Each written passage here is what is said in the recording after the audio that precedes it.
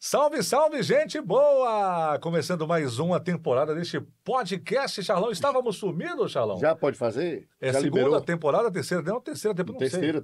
Terceira. Eu não sei, negócio de jet, negócio de... Tá complicado isso aí, vamos manter as mãos quietas.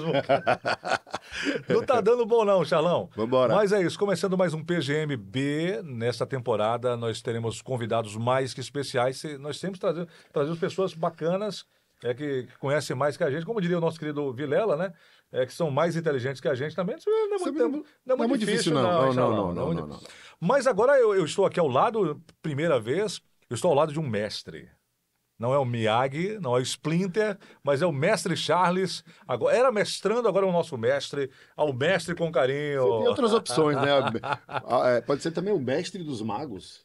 Tinha um mestre, esqueci dos mestres dos magos, que cruel que eu fui agora com o mestre dos magos. Pois é, começando mais uma temporada do nosso PGMB, já pedindo para você curtir, comentar, compartilhar. Se aparecer o hype também, né? Hypar também, ajuda bastante esse canal. E sejam bem-vindos aqui de volta ao nosso PGMB.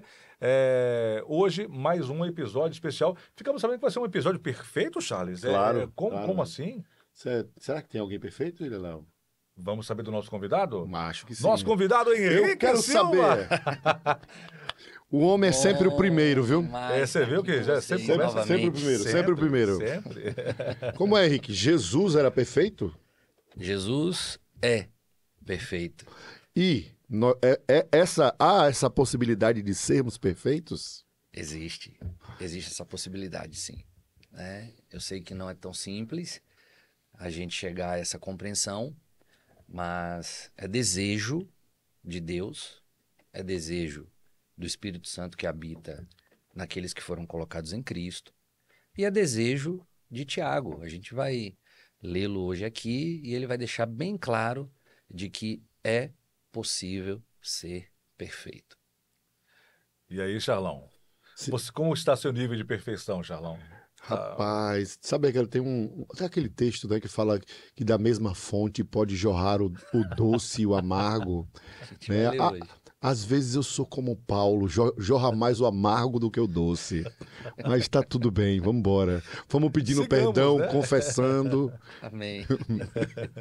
E sigamos, né, Charlão? Henrique pode esclarecer o nosso tema de hoje. Bem, a gente, com a graça de Deus e com o dom do Espírito necessário para essa hora,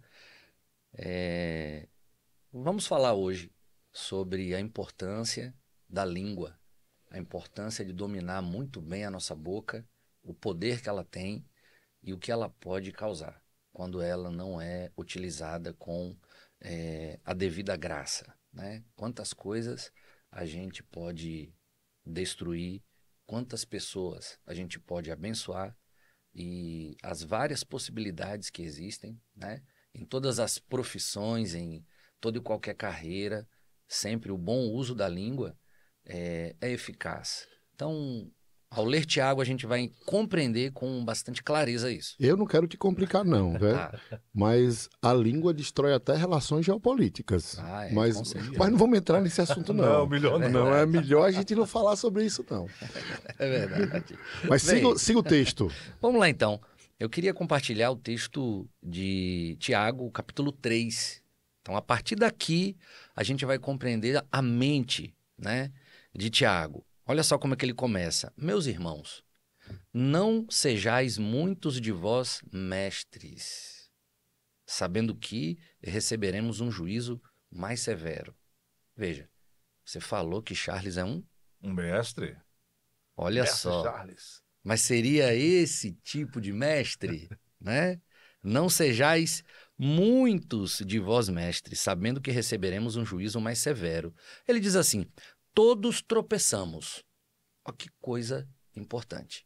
Então, ninguém fica sem tropeçar. Ele afirma, todos, exatamente todos tropeçamos. Então, não tem um sequer que nunca tropeçou, senão o nosso Senhor. Todos tropeçamos em muitas coisas. Não são em todas as coisas, mas em muitas coisas. Se alguém não tropeça em palavra, esse homem é perfeito, Ou seja, é possível. É possível ser perfeito. Mas aí alguém pode pensar, mas será que é só isso? É só não tropeçar em palavra? Ah, eu domino a minha língua. Eu sei dominar a minha boca. Então, se é esse o caminho da perfeição, amanhã mesmo eu vou conseguir. Não é assim, veja. Esse homem é perfeito e capaz de refrear todo o corpo. Ele segue dizendo, ora, quando pomos freios na boca dos cavalos para que nos obedeçam, conseguimos dirigir todo o seu corpo. Charles, William, perceba. Imagine se a gente pegasse um bebê. A gente sabe que um bebê, ele não tem coordenação motora ainda. Sim. Mas se a gente colocasse esse bebê sem coordenação motora em cima de um cavalo, desse a esse bebê as rédeas, veja, se esse bebê sem coordenação fosse para trás do cavalo, com as rédeas nas mãos, o que aconteceria com esse cavalo? Eu não sei se vocês têm esse entendimento, mas quando você puxa a rédea, o cavalo, ele para. Sim. Mas se essa criança cai para o lado esquerdo, não é? E aí ele vai puxar aí essa rédea, o cavalo ele vai fazer a curva para a esquerda. De igual modo, se ele cai para a direita, o cavalo vai fazer curva para a direita. E se ele vai para frente, já que ele não tem coordenação motora, ele vai soltar as rédeas e o cavalo ele vai seguir. Um bebê pode controlar um cavalo. Então, Tiago está dizendo assim, se eu ponho freios na boca dos cavalos para que me obedeça, logo eu consigo dirigir todo o seu corpo. Olha o poder que a língua tem. E ele segue dizendo, vede também os navios que, sendo tão grandes e levados por impetuosos ventos, como um pequenino leme, se voltam para onde queira o impulso do timoneiro. Imagina o tamanho de um navio. É gigante, né? Tem navios que conseguem transportar 5.000 veículos. Navios que transportam toneladas de grãos. Agora, como um navio consegue ser guiado? Não tem como a gente mensurar que objeto mecânico é esse, seu tamanho. Acho que aqui ninguém nunca viu um leme, né? Mas comparando em proporção o tamanho do navio para o seu leme, gente, é como se fosse uma melancia e um grão de arroz. O grão de arroz comandando, tá? Para onde vai, se para frente, se para o lado, se para o outro, se para trás. É um leme comandando isso. Então, olha o poder que Tiago está dando aqui à língua. Ele segue dizendo, assim, também a língua é um pequeno membro e se gaba de grandes coisas. Vede quão grande bosque um tão pequeno fogo incendeia. Até aqui, o que a gente viu? A gente viu que a língua tem poder de governar. Então, eu consigo direcionar, supervisionar, gerenciar, dar direção, apontar caminho a partir da língua. Então, a língua, ela está sendo comparada a um leme. A língua está sendo comparada à rédea, posta na boca do cavalo, o leme nas mãos do timoneiro. Imagine, mas agora vai dizer o quê? Que a língua, agora ela tem poder de destruir. Então, olha o que Tiago diz. A língua também é fogo, mundo de iniquidade, situada entre os nossos membros. Ela contamina todo o corpo, inflama o curso da natureza e é, por sua vez, inflamada pelo inferno. Primeiro, a língua tem poder de governar. Segundo, ela tem poder de destruir. Imagine uma fagulha em uma mata seca. A gente não precisa de muito fogo para fazer com que essa floresta ela se incendeie. É um pouquinho só. É uma bituquinha só de cigarro jogada de dentro de um carro, o vento leva ela, aonde ela para, ela pode gerar uma destruição fatal. Então a língua, ela tem esse poder. Toda espécie de feras e de répteis e de animais do mar se doma e tem sido domado pelo gênero humano, mas a língua nenhum homem a pode domar. Aí, no início, a gente disse que é vontade de Deus que sejamos perfeitos, não é isso? Eu disse que realmente é possível. E essa possibilidade perpassa diretamente o bom uso da língua. Mas aí Tiago está dizendo, mas a língua nenhum homem a pode domar. Eu domo um cavalo, eu direciono um navio, mas a minha língua, eu, com a minha força, com o meu poder, com a minha inteligência, sabedoria, eu não sou capaz de dominar. Não é conveniente que seja assim. Olha como ele segue. Ela é mal incontido, está cheia de peçonha mortal. Com ela bendizemos ao Senhor e Pai, e também com ela amaldiçoamos os homens, feitos à semelhança de Deus. Da mesma boca procedem bênção e maldição. Meus irmãos, não convém que isto seja assim. Primeiro, eu não consigo domar a minha língua. E ele está dizendo, não é conveniente que seja assim. Então existe um segredo aí. Não é por mim, não sou eu, mas em mim quem habita.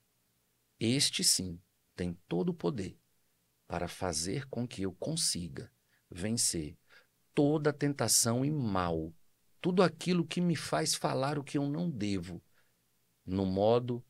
de modo correto, no tempo errado. Então, é vontade de Deus. Deus pode me fazer usar a língua de maneira com que ela seja um verdadeiro manancial. Meus irmãos, ele segue. Acaso pode uma figueira produzir azeitonas ou uma videira figos? Tampouco pode uma fonte de água salgada dar água doce? Não pode. Não pode. Um versículo anterior, olha o que ele diz. Pode a fonte jorrar do mesmo manancial água doce e água amargosa? Não pode. Eu nunca vi. Se a gente for entender o contexto histórico da onde isto aqui foi escrito, imagine, Tiago, ele foi bispo em Jerusalém. Jerusalém é uma região desértica. Então, quando ele está falando de manancial, ele sabe muito bem o que é isso. Ele sabe da dificuldade de encontrar água nesse lugar. Ou você vai encontrar água doce, ou você vai encontrar água amargosa. Salobra. Salobra, né? Como a gente conhece, no sertão tem muito esse tipo de água. Ele não quer que seja assim. Então eu queria iniciar falando da seguinte maneira. Essa temática, ela não é para tocar no coração de ninguém. Sabe, William? Sabe, Charles? Não é algo para aflorar no nosso coração, para trazer algo que me dê o impulsionamento para mais uma semana de vida, mais um mês de vida em Cristo. Não, gente. Isso aqui é doutrina pura do Senhor. É conselho de Deus. Isso é para ser vivido por toda a nossa vida. Eu tenho que saber a gravidade do mau uso da língua. E eu tenho que saber o que ela pode produzir. Eu tenho que fazer a escolha certa. Eu tenho que saber me posicionar no meu ambiente de trabalho. Eu não preciso participar de todo tipo de conversa. Na minha língua há poder. E eu não devo, com ela, amaldiçoar a vida de ninguém. Eu não posso falar mal de ninguém. Eu tenho que aprender a domar essa língua. O Espírito Santo habita em mim. Ô, Kiko, quando você toca nesse assunto, só para, como a gente está batendo um papo, quando você fala que a língua é mal incontido e que fala nas escrituras, falam, né? E fala que ela tem capacidade de incendiar uma floresta. Você, na sua experiência de pastoreio, já deve ter vivido essa situação, né? Sim. Aí seria interessante para as pessoas entenderem, não é óbvio que dando nome, mas diz assim, ó, aconteceu a situação de que determinada doutrina, alguém tenta desvirtuar, fala um, fala outro. Você tem outras circunstâncias, né? Mas eu também tenho algum tempo de igreja e acabo vendo isso muito, né? Digamos que alguém acha que entende de doutrina e começa a falar de determinada doutrina, seja ela qual for. Casamento ou qualquer outra. Aí vai a um, vai a outro, vai a outro, vai a outro, e aí quando você percebe, o incêndio já está posto, né? Isso que eu vejo como um incêndio. Porque às vezes não é só... a gente vai acabar falando nisso, né? Mas não é só falar mal. A gente fala mal também. Mas você causa um estrago no corpo que é quase que, muitas vezes, Jesus remedia tudo, mas humanamente falando, fica irremediável. Perfeito. Veja, o Senhor nos compara a um templo. Somos templos vivos cujo Senhor habita em nós. Bem, se ele nos compara a um templo, então a gente tem algumas colunas. Eu sempre digo que a língua, o bom uso da boca, tá? É como se fosse um dos pilares mais importantes para que o corpo de Cristo permaneça saudável. A maledicência, ela é um câncer que vai corroendo, tá? Por dentro, vai minando toda a saúde de uma célula boa. Então, a maledicência, ela tem esse poder, Charles e William. Ela vai enfraquecendo a pessoa aos poucos, tá? De forma a ficar muito nítido que essa pessoa está perdendo a saúde espiritual. Então, se a gente conseguir extirpar, eu sei que não é fácil, tanto é que as escrituras, elas vêm recheadas, tá? De orientações, exortações acerca do que a gente deve fazer e proceder em relação à maledicência. Quais são as posturas que devemos ter? Então, se a gente consegue incutir na consciência de cada discípulo de Cristo, de que este é um pilar importante, tá? E conseguir extirpar todo tipo de maldade da língua, a gente pode ter uma igreja muito mais saudável. Imagine você chegar num ambiente, Charles, e ter a convicção de que ninguém presente ali está falando mal de você. Rapaz, isso é muito bom. Isso é um ambiente que a gente só pode encontrar na igreja de Deus. Eu não sei se já aconteceu com vocês, né? Estou chegando no ambiente, numa sala de trabalho, tá? O pessoal já está ali reunido e, de repente, quando a gente chega, aquela conversa para, é silenciada, só porque a gente chegou. Ainda que ninguém esteja falando da gente, mas a impressão que fica, vamos lá, por que pararam de conversar? Será que falaram de mim? Será que estavam mensurando sobre a minha vida, conjecturando sobre alguma coisa que eu penso ou algo que já falei?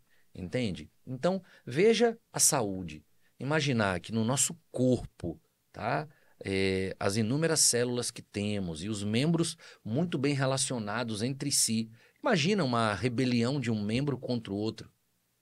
Imagina agora, meu olho começa a coçar e minha mão diz assim, não vou.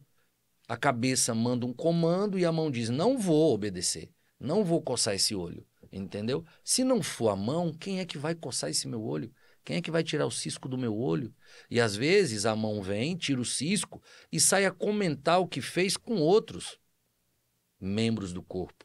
Então você vai minando a saúde. Tá? Eu queria falar um pouquinho sobre a recomendação apostólica acerca da maledicência. Veja, em Colossenses 3,8, olha o que é que diz.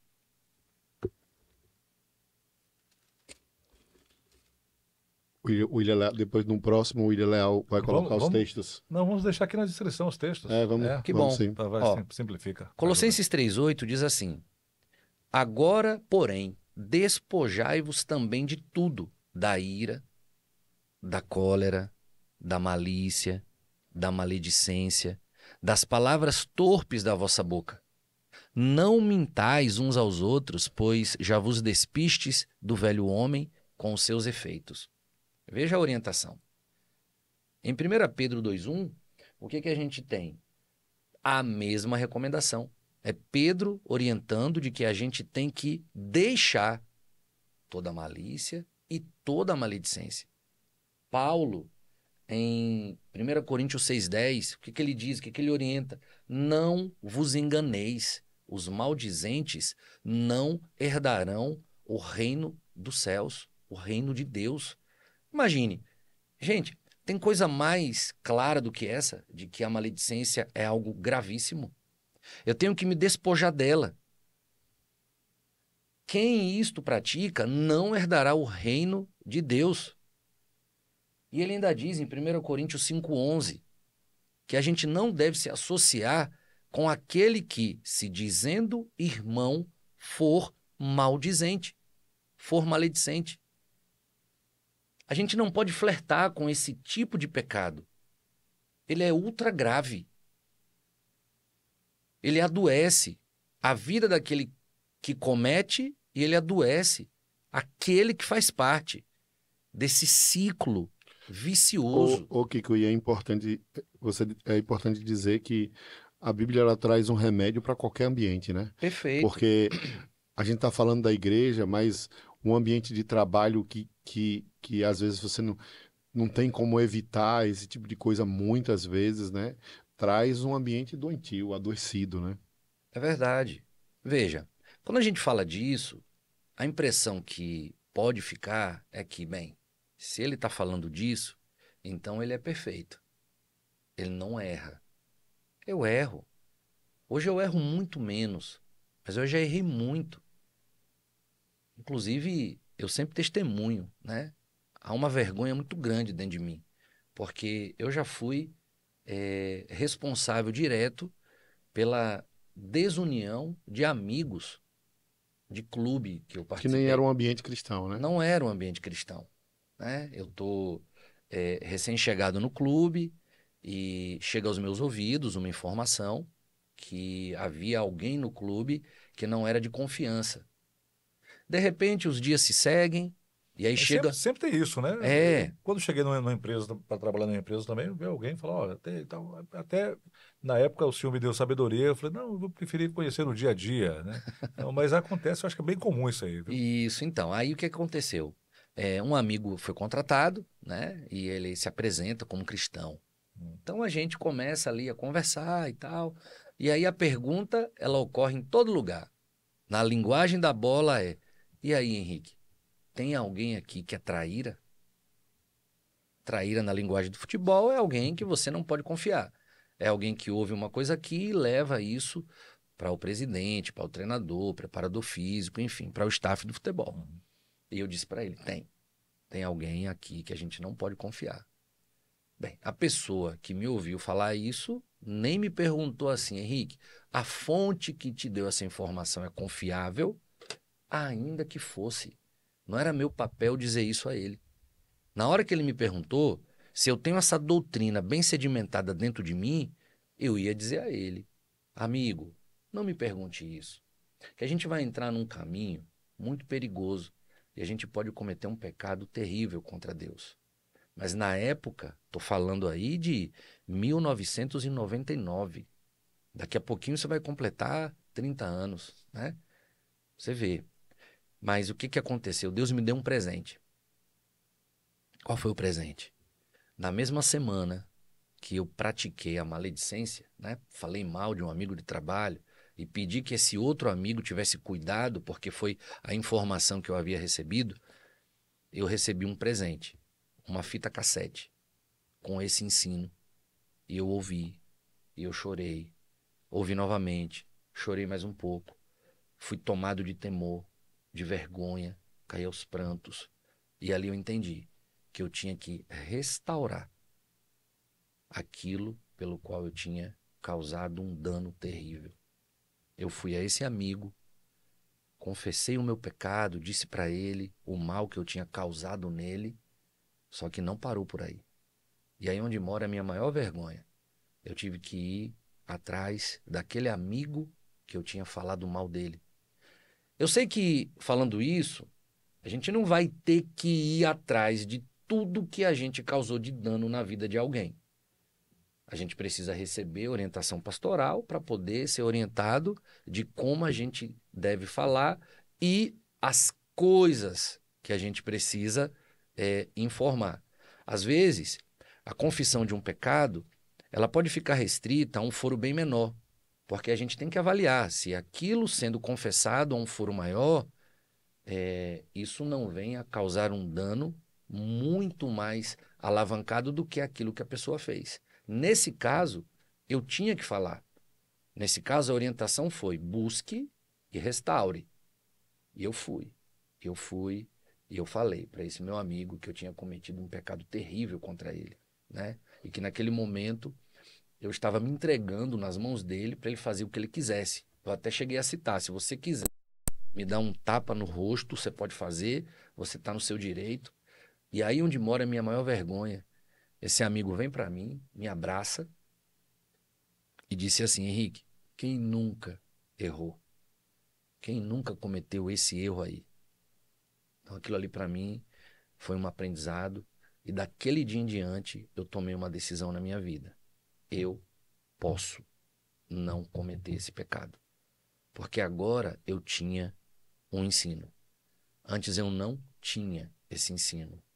Mas agora eu passaria a ter esse ensino. Henrique, então o que é maledicência? Será que eu já cometi? Será que nesse momento eu tenho esse pecado de maledicência comigo? Será que ele já está domesticado? Será que ele já faz parte da minha vida, da minha rotina? Será que ele é o meu pet? A maledicência? Bem, maledicência não é mentir sobre alguém. Mentira é mentira, não é maledicência. Maledicência é algo que é um pouco mais profundo, porque é sutil. Tá? Kikão, segura aí sua definição sobre maledicência. Tá. Eu queria que... Porque assim, veja, a definição que você traz sobre a língua e sobre o que é falado, ela gera um pensamento em mim que eu acho que é importante você... que é anterior. Eu acho que a gente precisa entender, né, e como você falou muito bem no início, o poder que a gente tem na língua, né? Então, eu queria trazer um exemplo, né? E quando você fala em... eu acho que tudo que se sabe por querer ou sem querer deve ser muito bem conferido e não passado, né?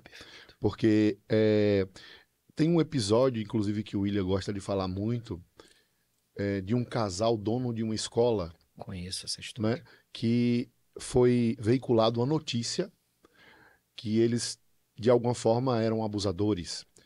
Isso acabou com a vida deles. Literalmente, né? Literalmente acabou com a vida deles. Então, eu penso, sabe... Depois descobriu-se que não era verdade. Exatamente. Né? Então é aí que eu tô falando para Kiko, que eu acho que existe para os discípulos que estão assistindo, para todos que vão nos assistir, é importante entender o que você pode provocar, a ferida que você pode abrir, sabe? É importante entender que muitas vezes aquilo que eu estou falando para o outro não é simples. E se for uma definição sobre o outro, é bom que se não fale. E que se não tem certeza, se alguém te trouxe uma definição sobre o outro, é aí que você não passe mesmo, porque veja que situação desse casal, né? Você veiculou uma notícia em rede nacional. Às vezes a gente veicula no privado. E o dano é tão grande quanto. Verdade. Então, eu só, de tudo, assim, antes de dar a definição do que é maledicência, eu acho que é muito importante isso que você falou no início, porque é importante para a pessoa entender o poder que ela tem dentro da boca. Porque não é simples. Ah, não, eu posso falar assim, mas calma aí. Você vai falar o quê? Quando? Como? Né? Porque eu acho que você corre muitos riscos, inclusive quando você está usando sua língua em público. Porque se você dá uma informação inconcreta, né, se você dá uma informação imprecisa, se você fala aquilo que você não tem certeza, você corre riscos muito sérios. E se é normalizado, né? No Brasil a gente tem, até virou brincadeira no Nordeste, né? Aquele negócio de coxinha, doquinha, virou piada, vira motivo de piada. Você tem aquela outra história de que quem conta um conto aumenta um ponto, e isso vai sendo normalizado, né? Assim, vai sendo, se torna algo comum. E a gente, às vezes, perde noção do quão ruim, do quão perigoso isso aí é pra gente. Agora, você falou da questão da mentira e da maledicência. Tem maledicência que não é mentira, tem mentira que não... Como é que funciona isso aí? Então, vamos lá. Trabalhar esse conceito. Tá. Ele não é difícil, ele é simples. Tá, sim. Mentira é mentira. É mentira. Tá. Mentira é mentira. No inglês, no aramaico, no hebraico. Chama de fake news hoje em dia. Mentira é mentira. Então, maledicência não é mentir sobre alguém. Tá? Mentir Ou não necessariamente, pelo menos. Né? Mas vamos lá. Henrique, mas alguém que está cometendo maledicência pode também mentir? acerca de alguém? Pode, mas é possível que alguém esteja apenas mentindo. Ou seja, maledicência pode ser uma verdade. Uhum. Pode ser que eu esteja falando a verdade. A maledicência não tem comprometimento com a mentira. É uma coisa diferente. Então, Henrique, o que é a maledicência? Essa é a maledicência é quando eu falo de alguém, tá? Para outro alguém, sendo que este não está presente. É falar de alguém que não está presente para outro alguém com a intenção de diminuí-lo, com a intenção de depreciá-lo, com a intenção de exaltar seus problemas e trazer à baila os seus pecados. Então essa é a intenção do coração. E vou mais além. Há uma intenção bem obscura, é de tornar aquele que ouve preconceituoso contra aquele pelo qual eu estou falando. Então, maledicência, repito, não é mentir sobre alguém. Aí tem um problema. Aí tem um problema. Muitas vezes, o que acontece? A gente vive em um ambiente de igreja, um ambiente santo, um ambiente puro, um ambiente de confiança mútua. Imagine alguém que peca e entendeu como nós, que devemos confessar os nossos pecados uns aos outros, tá? Para que a gente, ao receber oração, a gente possa ser curado. Agora imagine, confessar pecados gravíssimos e alguém que ouve disseminar essa história em todo e qualquer foro. Veja, por que eu conto uma confissão? Será que eu posso contar uma confissão? Um padre pode contar uma confissão? Um padre ele pode ser forçado pela justiça a contar a confissão de um fiel? Imagine, a polícia está no encalço de alguém que cometeu um crime. Essa pessoa se arrependeu do crime cometido, foi até o padre e confessou. Esse padre, ele pode ser forçado a confessar isso? A falar sobre essa confissão? Nunca. De igual modo um pastor. De igual modo um advogado. Eu não posso cometer um crime, porque é crime.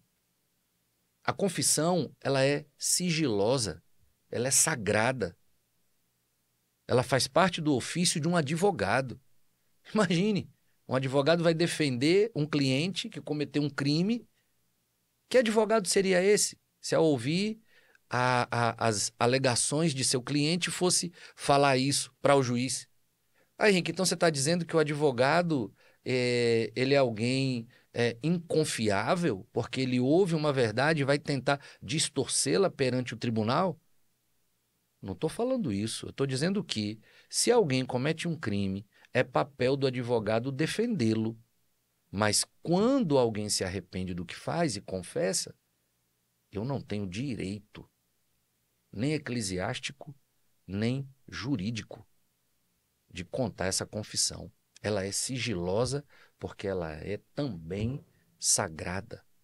Eu não posso fazer isso. E às vezes as pessoas saem contando confissões em foros que não são devidos. E às vezes a pessoa fica sabendo, pela boca de terceiros, daquilo que ela contou. Coisas que ela não contou para o pai, não contou para a mãe, mas contou para um irmão, para uma irmã. E alguém sair dali e contar para um outro, com qual motivação? Qual é a motivação daquele que conta? Eu vou esclarecer o quê com o outro? Aí o nosso Senhor é perfeito, porque Ele traçou para nós um caminho espetacular. Um caminho muito fácil de seguir, muito prático, bastante didático. Eu queria ler também. Vamos lá. Com vocês esse caminho que Jesus ele traçou. Os textos vão ficar aqui embaixo, na descrição, a gente vai deixar os textos todos, tá?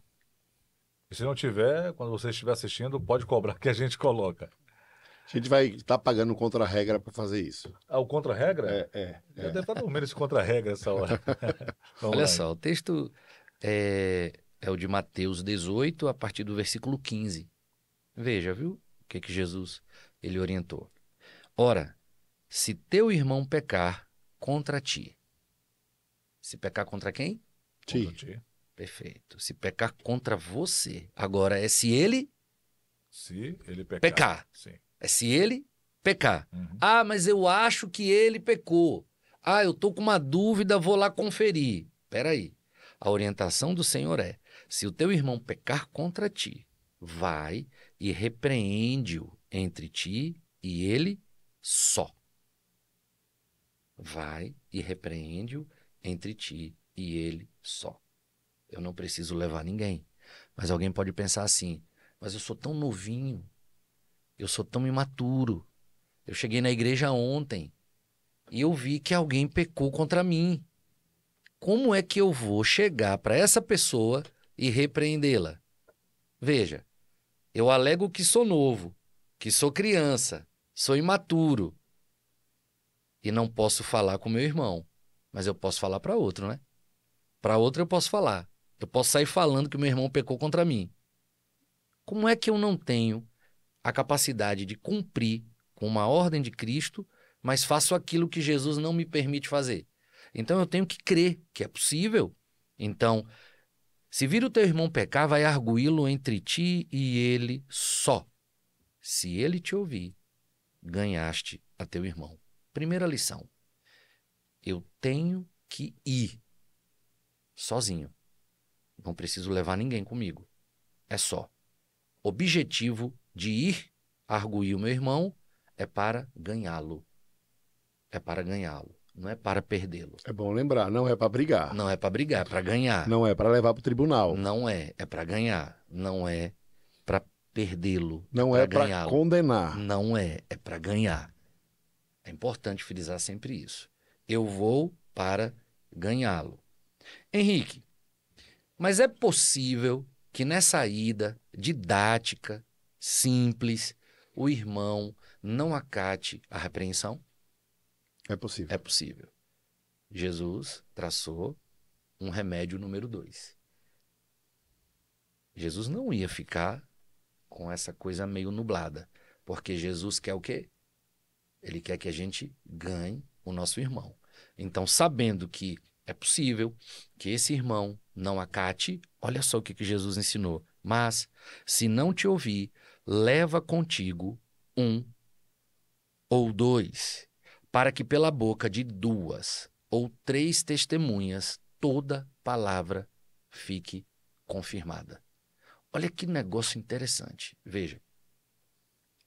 Se ele não te ouvir, leva com você, Charles, William, 1 ou 2 testemunhas, para que pela boca de 2 ou 3. Por que isso? 2 ou 3. Se eu levar 1 comigo, são 2 bocas. Se eu levar 2 comigo, são 3 bocas. Eu te pergunto, por que Jesus está dizendo para que seja, tá, essa segunda etapa munida de testemunhas? Por quê? Da onde Jesus tirou isso? Quer ver? Olha o que é que diz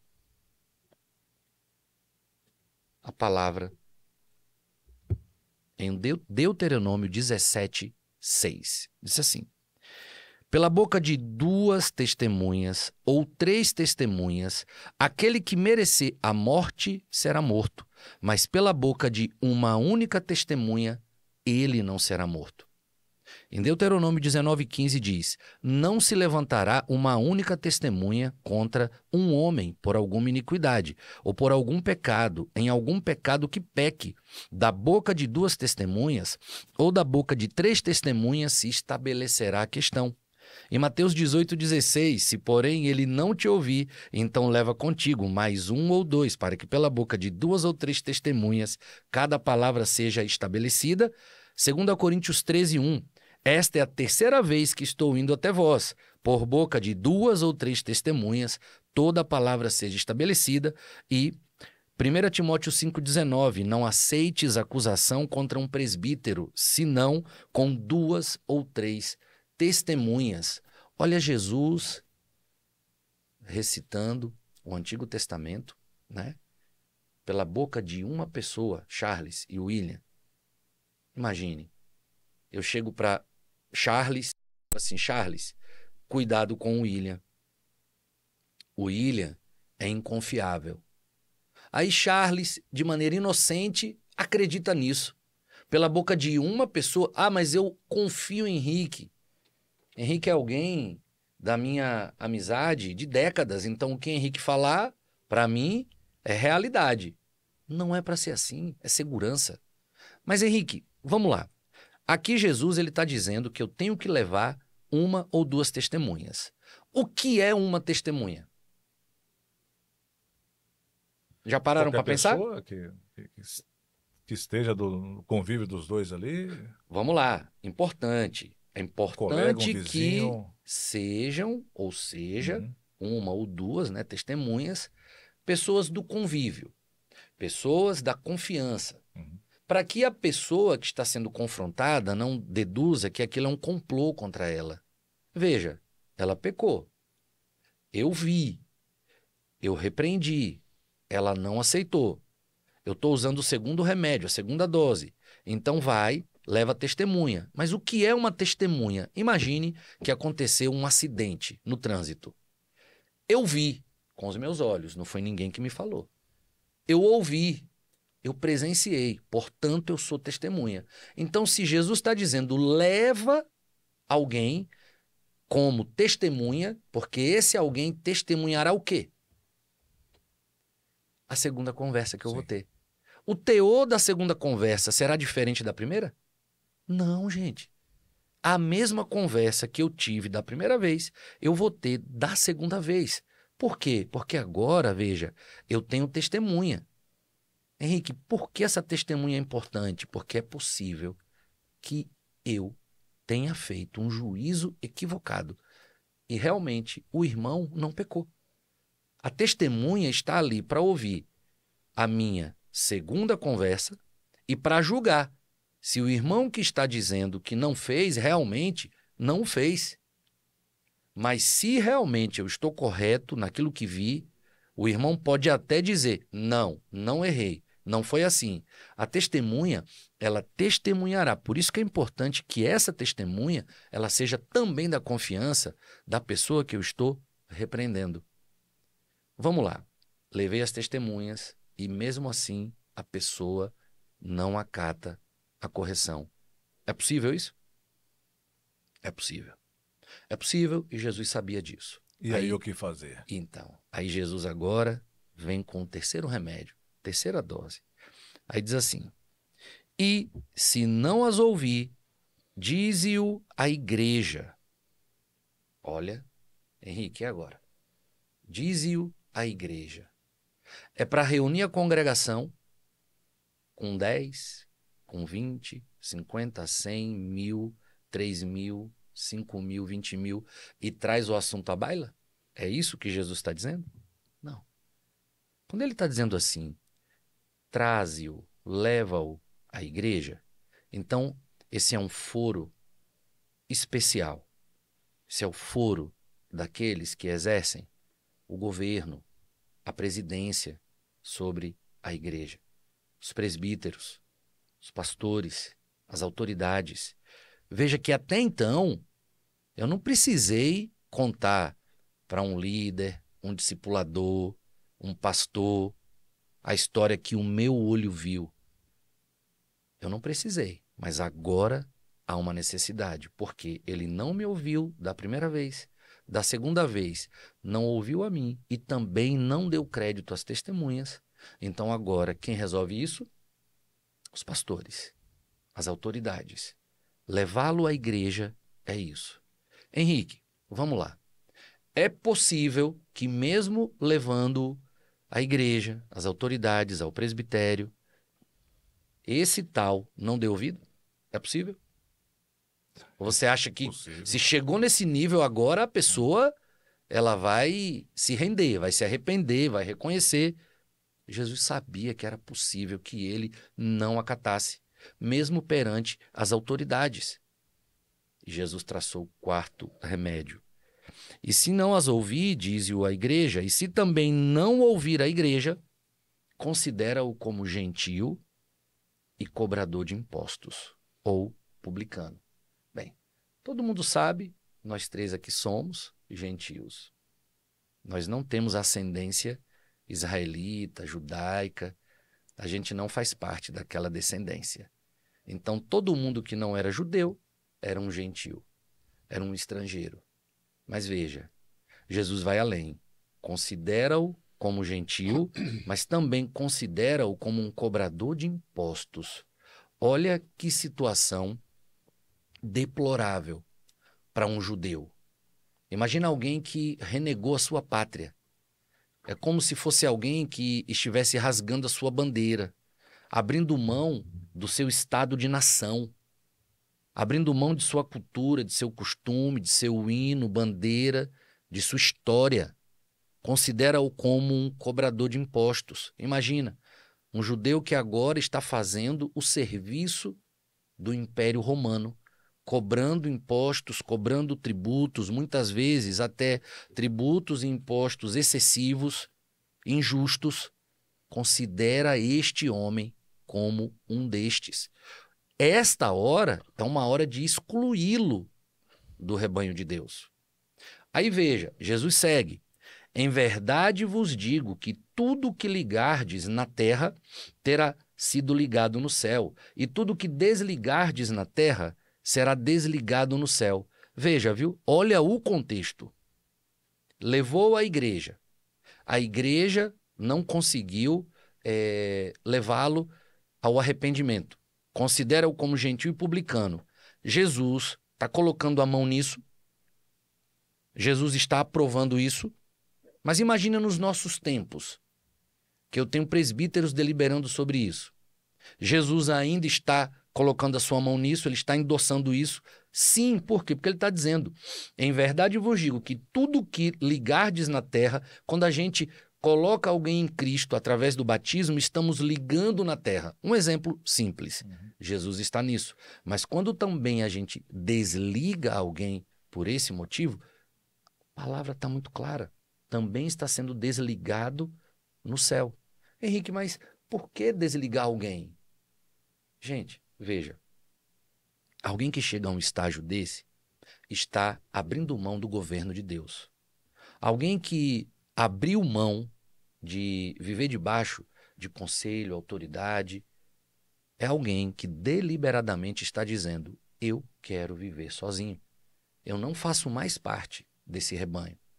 Isso não é mais para mim. Agora, veja como é possível a gente recitar um texto histórico fora de contexto. Porque o contexto é esse que eu estou lendo com você. Veja, viu? Também vos digo que se 2 de vós concordarem na terra acerca de qualquer coisa que pedirem, ser-lhe-á concedida por meu Pai que está nos céus. Pois onde estiverem 2 ou 3 reunidos em meu nome, ali estou no meio deles. Percebe o contexto disso aqui? Sim. Onde estiverem 2 ou 3 reunidos em meu nome, eu estou no meio deles. Jesus, ele está dizendo isso em um contexto de correção, em um contexto de disciplina, em um contexto de ganho. Então, se a igreja de Deus chega nesse último estágio e diz assim, ó, não é mais um conosco, não aceitou correção. Jesus está dizendo, se 2 ou 3 estiverem reunidos em meu nome, porque a gente está corrigindo em nome de Jesus, porque a gente quer ganhá-lo para Jesus, e ele não quer, eu estou com vocês nisso, tá? Essa decisão do presbitério também é minha. A gente usa esse texto de outras formas, né? Então, como se só Jesus estivesse em nosso meio, e como a gente está falando dele, então ele está aqui. Gente, ele está aqui, a gente sabe. Mas ele mora em nós. O Espírito Santo mora em nós. Se não fosse assim, não entraríamos no nosso quarto em secreto para falar com o nosso Pai. Né? Então, ali não tem 2 ou 3. E ali eu estou com o Espírito Santo, é uma pessoa, então 2. Ele está ali, tá? Não sei se ficou claro essa parte. Sim. E uma coisa assim importante é que a dinâmica de Mateus 15, né? É Mateus 18 a partir né? do 15. A partir do 15. A dinâmica do texto, ele traz vários atores, né? Traz. E é importante dizer que qualquer ator pode cometer maledicência. Porque quando a gente vê, né, o caminho das coisas, a gente... Pronto, o cara pecou, não é? A gente olha para o cara que pecou. Mas o fato é que a possibilidade de cometer maledicência é muito mais forte do cara que vai buscar o cara que pecou do que o cara que pecou. É verdade. Então, veja em que situação. A gente tem um texto falando de relação entre os irmãos, que a gente olha para o cara que pecou, né? E estamos nos resguardando da maledicência. Então, como é que eu vou resguardar da maledicência? Eu vou lá e resolver. Então, quem é que pode cometer a maledicência? O cara que vai resolver. Porque ele pode ter ido resolver uma questão de maledicência ou não. Sim. Né? Ou não. E aí eu aproveitar aqui também. Aí você, pronto. Foi lá, chamou a testemunha. A testemunha corre riscos. Então, se essa dinâmica desses atores aqui não tiver realmente o Espírito Santo e for perfeita, assim como diz as Escrituras, e a presença de Deus não está nesse momento, corre risco de todos os lados aí de ter problemas. Vira um problema generalizado, né? Mas vira mesmo, vira. Um angu de caroço, como diriam os antigos, né? Então, por isso que o que a gente está falando é muito importante. E Jesus precisa estar nesse meio. Perfeito. Para ser perfeito. Para que as pessoas entendam o papel de cada uma. Isso mesmo. Então, Henrique, por que o nosso Senhor traçou esse caminho para que a gente também evitasse de cometer o pecado da maledicência? Sim. Não é? Porque, imagine, eu vi alguém pecando, aí eu corro e vou contar para alguém. Às vezes, a ideia de contar, não há maldade. A pessoa começou agora no reino de Deus, mas um antigo vai contar para pedir orientação do tipo, ó, eu não sei como chegar naquela pessoa, você que está com ele há mais tempo, caminha com ele uma jornada mais longa, como você acha que eu devo abordar? Aí essa pessoa que ouve diz assim, mas vamos lá, o que foi que ele fez? Pronto, aí... Você está entendendo? Por que ele quer saber e por que eu vou contar? Henrique, mas você falou que tem que levar testemunha. Como é isso? A testemunha não vai saber? Não, ela não pode saber, porque se ela souber, ela deixa de ser testemunha. Porque ele vai testemunhar a conversa. Ele não vai testemunhar o que eu vi. E por que fui até ele. Ele testemunha a conversa, tá? Repito, é possível que eu esteja equivocado. E essa testemunha, ela vai estabelecer a palavra. E ela vai me dizer, Henrique, ó, pelo que eu tô vendo aqui, eu acho que você viu demais. Ele não pecou. Possível, eu tenho que ter paz. Eu levo a testemunha para isso também. É para que se estabeleça a palavra, para que o Senhor possa ganhá-lo. E nesse caso agora, ganhar a mim também. Tá? Então a testemunha ela não pode ser preparada.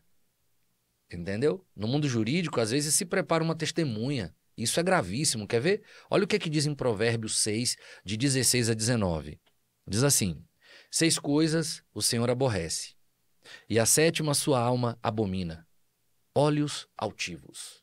O que seriam aí esses olhos altivos? Arrogantes. Arrogância, soberba, presunção, orgulho, não é isso? Autossuficiência. Então, isso aborrece o Senhor. Aí veja, olhos altivos, língua mentirosa. Língua mentirosa. Pessoa que profere mentira. Isso é terrível. O diabo é o pai da mentira. Ele mente desde o princípio. Então a língua mentirosa também aborrece ao Senhor. Aí ele segue dizendo: mão que derrama sangue inocente. Eu não sei quem vai ouvir isso agora, tá? Mas imagina quantos abortos já foram feitos na face dessa terra. Quanto sangue inocente já foi derramado. Isso aborrece o Senhor. Isso faz com que o Senhor o ame menos. Mãos que derramam sangue inocente. Estou só elencando aqui o mais inocente de todos. O mais indefeso de todos os seres. Que não tem como fazer nada. E nunca praticou nada. E ele segue dizendo: o coração que maquina pensamentos perversos. Olha só. É o coração que maquina o pensamento. A pessoa não fez nada. Apenas pensou, Charles. Tem gente que tem uma mente terrível. Eu vou te falar. Eu tinha essa mente. Eu tinha essa mente. Eu era essa pessoa aqui.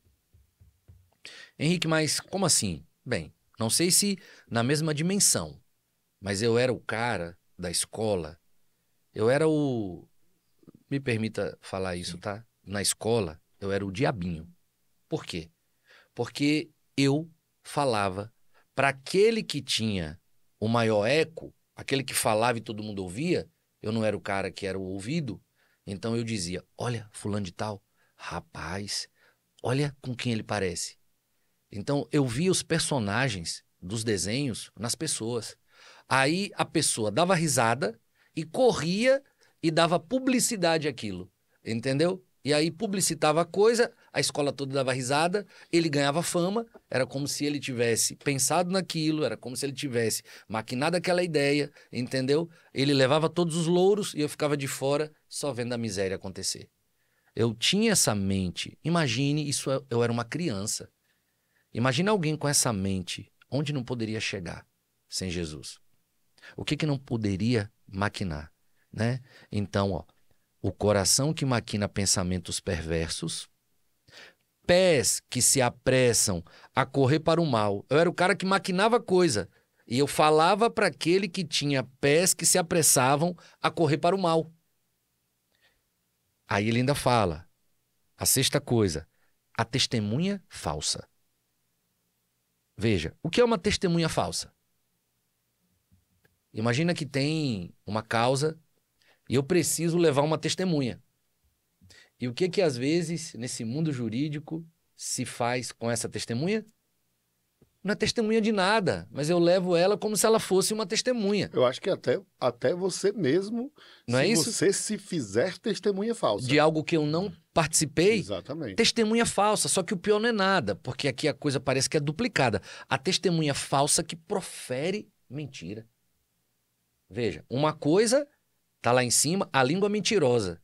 A outra coisa é a testemunha falsa que profere mentira. Porque eu podia ser só uma testemunha falsa, mas ainda eu, duplico o problema. Eu vou lá no tribunal e ainda profiro mentira, entendeu? Em favor da pessoa que me levou como testemunha. E a última delas. O que semeia contendas entre irmãos. O que semeia contenda entre irmãos. 6 coisas o Senhor aborrece e a 7ª, a sua alma abomina. Gente, olha a mão que derrama sangue inocente. Isso não é grave? Gravíssimo. Agora, para Deus, sabe o que é pior? O que semeia contenda entre irmãos. O que a alma dele abomina. Imagine a gravidade disso. Se a gente não souber usar a nossa língua, se a nossa língua não for manancial, se a nossa língua não for utilizada com o poder que Deus nos conferiu para governar, a gente vai usar a nossa língua para destruir alguém pelo qual o nosso Deus enviou seu Filho, que morreu a nossa morte, cancelou toda a dívida que era nossa. Aí a gente está causando contenda entre os filhos de Deus. Isso, para Deus, a alma dele abomina. A gente precisa ter cuidado. E esse ensino, ele precisa estar muito bem decantado, sedimentado nos nossos corações e mentes. Isso não vai servir só para a igreja. Como Charles bem falou anteriormente, isso serve para todo o ambiente em que a gente se faz presente. Perfeito. É no trabalho, é na escola, é na família, na vizinhança. Tá? Então... Na família é um caos, viu? É. Eu acho que na família é o lugar onde eu falo a gente porque eu também me coloco, né, como alguém que já errou muito, a gente se coloca como... pede uma licença poética para fofocar, para falar mal. E é um risco grande, porque o caos que você instala é sem medida. É verdade, Charles. Não são todas as vezes que quando a gente fala de alguém que não está presente, que nós estamos cometendo maledicência, tá bom? É importante deixar isso bem também esclarecido com os irmãos e com os ouvintes, né? E aqueles que são os telespectadores que nos assistem nesse momento. Por exemplo, todo mundo aqui tem filho. Sim. Vai chegar um momento que o filho vai estar no trabalho ou na faculdade. Qual é o pai, qual é a mãe que não senta para conversar sobre a vida do filho, né? E às vezes não é uma coisa boa que ambos estão conversando. Então são aqueles que exercem por ele o governo. Qual é o pai que vai falar de um filho para diminuí-lo com a sua esposa? Não é isso? Qual é o pai que vai falar da dificuldade de um filho com sua esposa, ou qual mãe com seu marido sobre sua filha, com a intenção de diminuí-la, trazer à baila seus pecados, entendeu? Seus problemas. Qual é a mãe que, ao falar de uma filha para o pai, ela está falando porque ela quer ser maior do que a filha e quer diminuir a filha? Então, é possível a gente conversar como pessoas maduras sobre outras pessoas que não estão presentes naquele evento sem cometer maledicência. Só que a gente precisa estar munido de todo cuidado, porque, como frisei anteriormente, é sutil. A gente tem que ter cuidado. Pode acontecer uma maledicência sem que haja no coração dolo, sem que a pessoa, sei lá, falando de Charles não está presente, falando de Charles e tal. Eu posso fazer um comentário que no meu coração está em paz, mas pode causar dano para Charles. Pode acontecer isso também? Lembra do exemplo que eu dei? Sim. Eu não sabia que eu estava cometendo maledicência. É. Mas eu sabia que aquilo não era bom. Sim. Mas não sabia que era um pecado tão grave. Então pode acontecer. Quando a gente traz, tá, um ensino para a pessoa que fala sem maldade, tá falando sem a noção, sem a luz devida, a clareza real do que é aquilo que ela está fazendo. Quando ela não tem essa noção, ela não sente o peso. Agora, triste coisa é a pessoa conscientemente fazer isso. Fazendo de novo um paralelo com o mundo jurídico, existe o culposo e o doloso, né? Às vezes você tem a pessoa comete um crime, tira a vida de alguém de forma culposa, né? Isso. Cometeu uma imperícia e acaba causando, mas o dano no final é o mesmo, né? Mas veja, o que semeia contendas entre irmãos, ele sabe o que ele está fazendo. Sim. Ele sabe.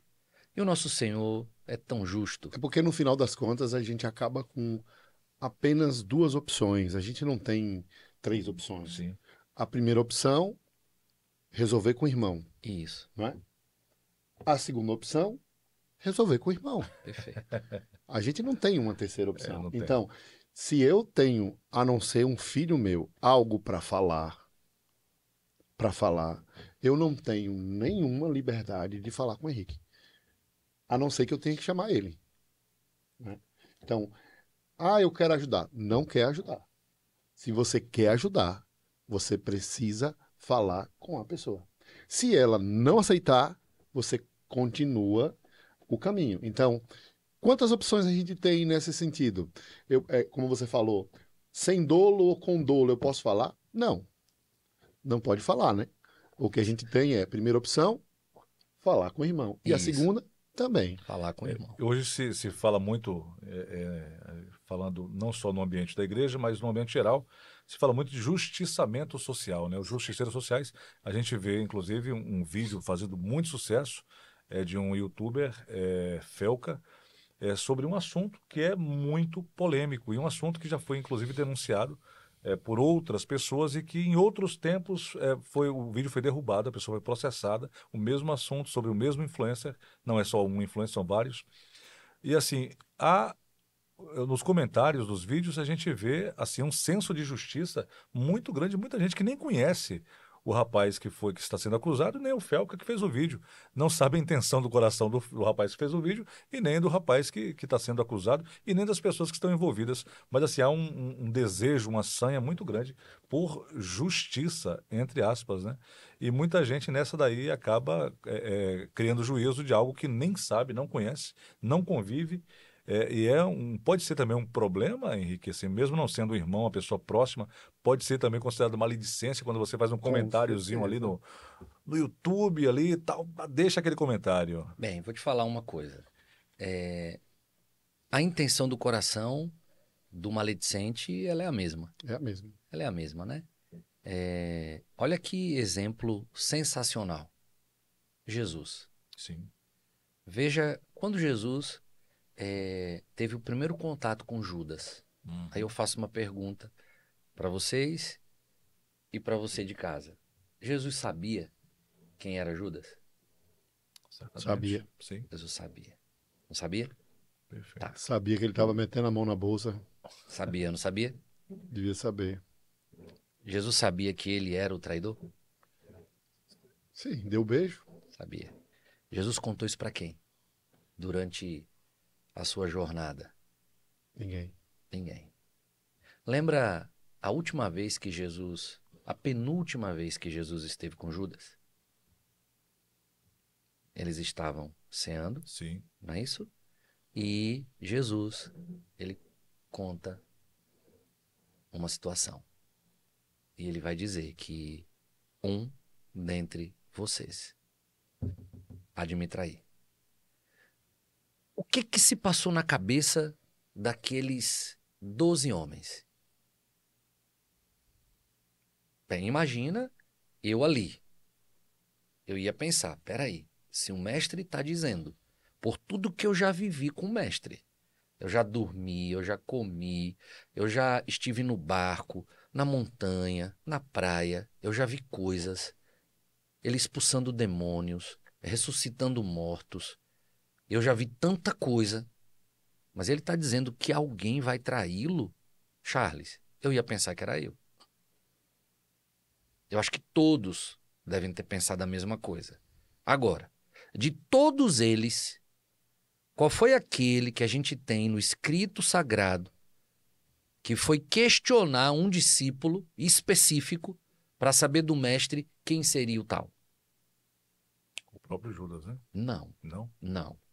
Foi Pedro. Foi Pedro. Pedro. Mas eu te pergunto, Jesus já tinha esclarecido tudo? Tinha? Tinha. Porque ele disse, ó, quem vai me trair é esse aqui, ó. Ah, tá. Ele tá com pão, Sim, ele molha o pão, Sim. e aquele que comer é o que vai me trair. Sim. E Judas faz aquilo que Jesus falou. E Jesus ainda disse, ó, aquilo que você tem que fazer, faze-o depressa. E ele sai. O que que os 11 pensam? Qual era a função de Judas?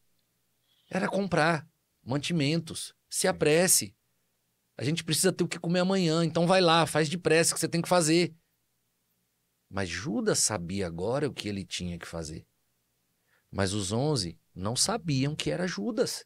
E Jesus deixando tudo claro.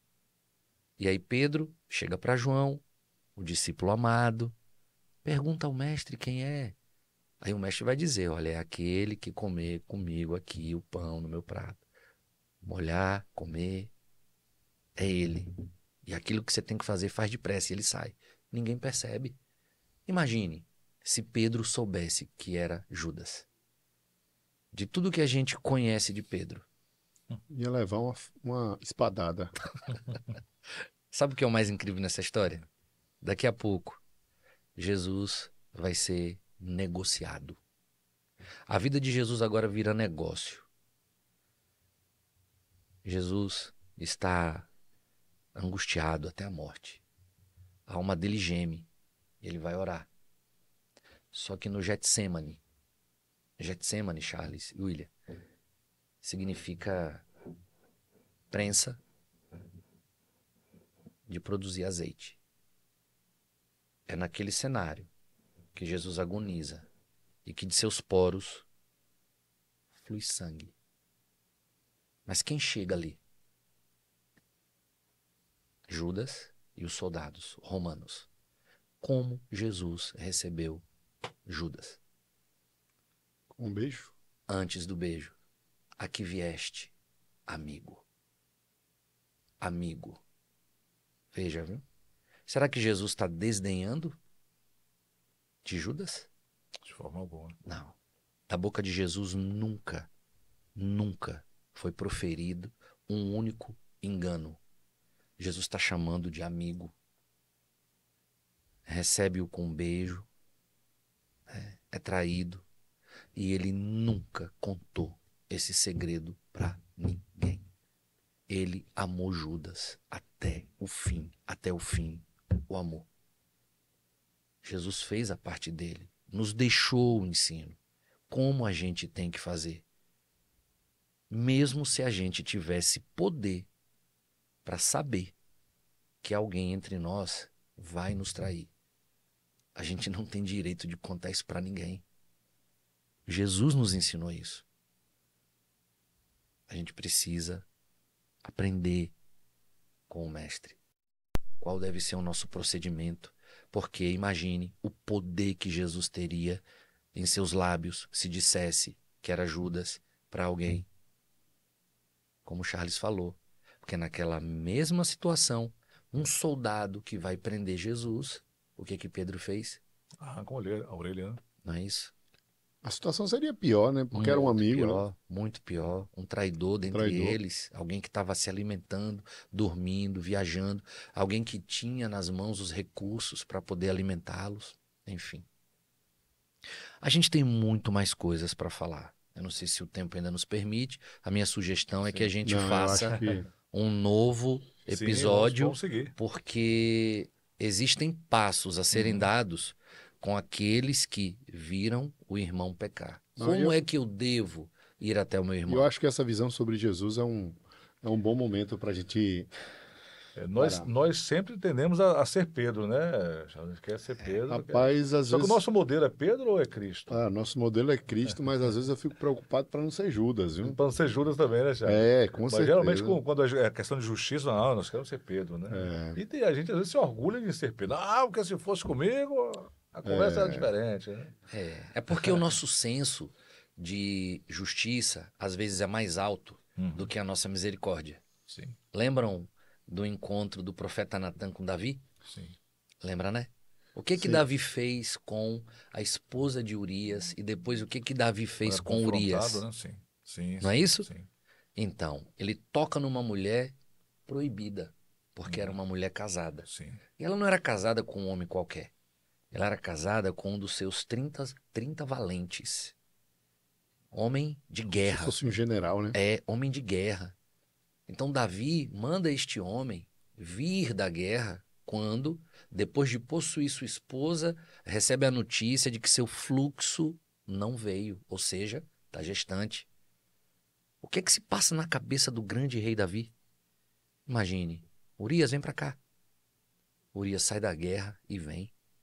O que o grande rei fez com ele? O alimenta, comeu dos manjares do rei e disse assim, vai para tua casa, vai se deleitar com tua mulher. Ela já estava grávida. E ele disse, não, meu senhor, posso fazer isso.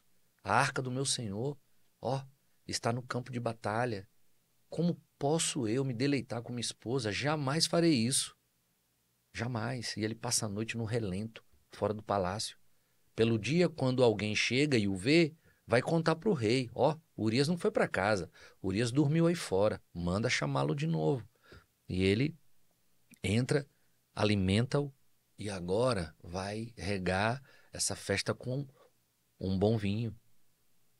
Pelo menos embebecido, ele vai. Não foi. Não foi. Então Davi só tinha agora uma coisa para fazer. Escreve uma carta, pede para Urias levar essa carta, entrega a Joabe, que era para colocá-lo na frente da batalha. Sabe para quê? Para morrer. Mas, gente, morrer pelo rei, pela causa, pela arca, pelo Senhor, isso era honra. E ele morre um homem honrado. Mas veja, agora ela é viúva, agora ele pode tomá-la como uma de suas esposas. Só que aí, olha o problema que ele cria. Aí agora, o profeta Natan vai até ele e conta uma história, né? Conta uma história, linda história, para poder tentar chegar ao coração do rei. Porque até então parece que o rei Davi não entendeu nada do que ele fez. Ele diz, meu rei, tem uma história aqui, olha só. Um homem muito rico, recebeu muitos amigos e resolveu dar uma festa. Eu vou parafrasear um pedacinho. E esse homem tinha muitos rebanhos. E ele resolveu pegar o único cabritinho, a única ovelhinha de seu vizinho, para imolá-lo e dar como alimento para os seus amigos. O que esse homem merece? Aí o rei Davi, na altura de sua justiça, disse, a morte. Imagina, como é que um homem tem a capacidade de fazer isso? De Davi, né? Como é que um homem tem a capacidade de fazer isso? Um homem rico, cheio de rebanhos, pegar a única ovelhinha de um homem e matar para poder alimentar seus amigos, ele merece morrer. Natan disse, esse homem és tu. Aí sabe o que ele faz agora? Misericórdia. Misericórdia. Ele entendeu. Então, para o outro é espada.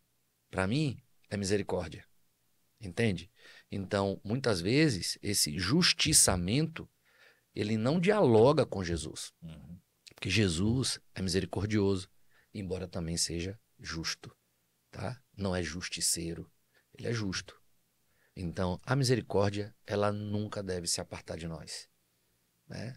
Nunca. Enfim. E aí, Charlão? Muito bom.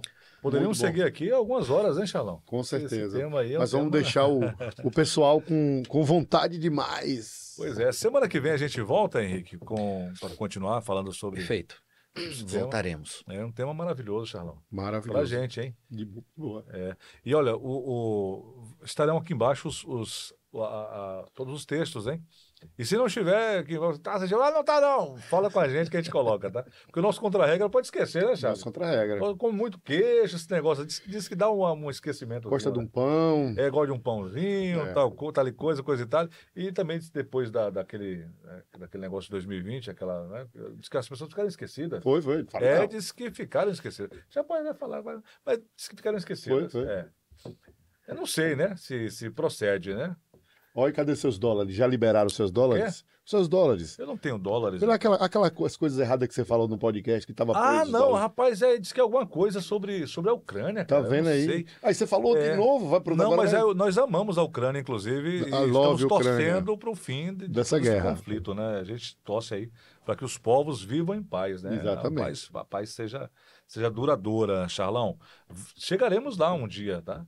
A gente confia nisso. Chegaremos, né? Teremos paz. Mas não liberaram, não. Acho que são 4, não, são acho que é mais dólares. Acho que eu não sei quanto é, não, rapaz. Mas não chega a 10 dólares, não, mas a gente espera que seja.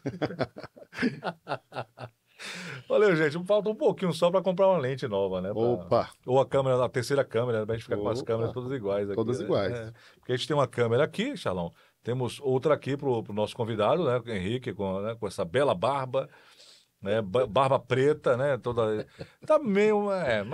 mas não tá igual a nossa, né? Não, mais jovem que a gente. Nós temos aqui, e nós temos uma câmera central aqui, né? Aqui você tá aquela da piscadinha do Charlão, para Renayala, né? Eu vou começar a piscar para amo sempre. Quer piscar também, Henrique? Dá uma piscadinha ali no centro da câmera do Charlão ali. Cara, dá um tchauzinho pra Gi. Rapaz, ó. Hoje a frase do dia foi... Se tivesse milhões de vidas, sim, te amaria milhões de vezes. Olha, rapaz, que homem! Demais, bom demais. Gente, semana que vem tem mais uma quinta-feira com o nosso PGMB. Eu fiquei sabendo que o PGMB é de quê? De quê? O que você falou? Vamos fazer um especial depois? Sim, PGMB. A gente vai fazer o PGMB especial sobre o Evangelho do Reino de Deus. Maravilha. E também teremos um especial lá na T-Barber, né? Na T-Barber. Inclusive, não passamos hoje o VT do T-Barber, porque a T-Barber, meu amigo, minha amiga, é outra. De Casa Nova, rapaz. Tá pensando o quê, Charlão?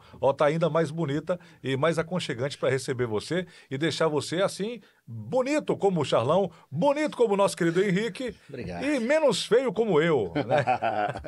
Até semana que vem, gente, se Deus quiser. Tchau, tchau.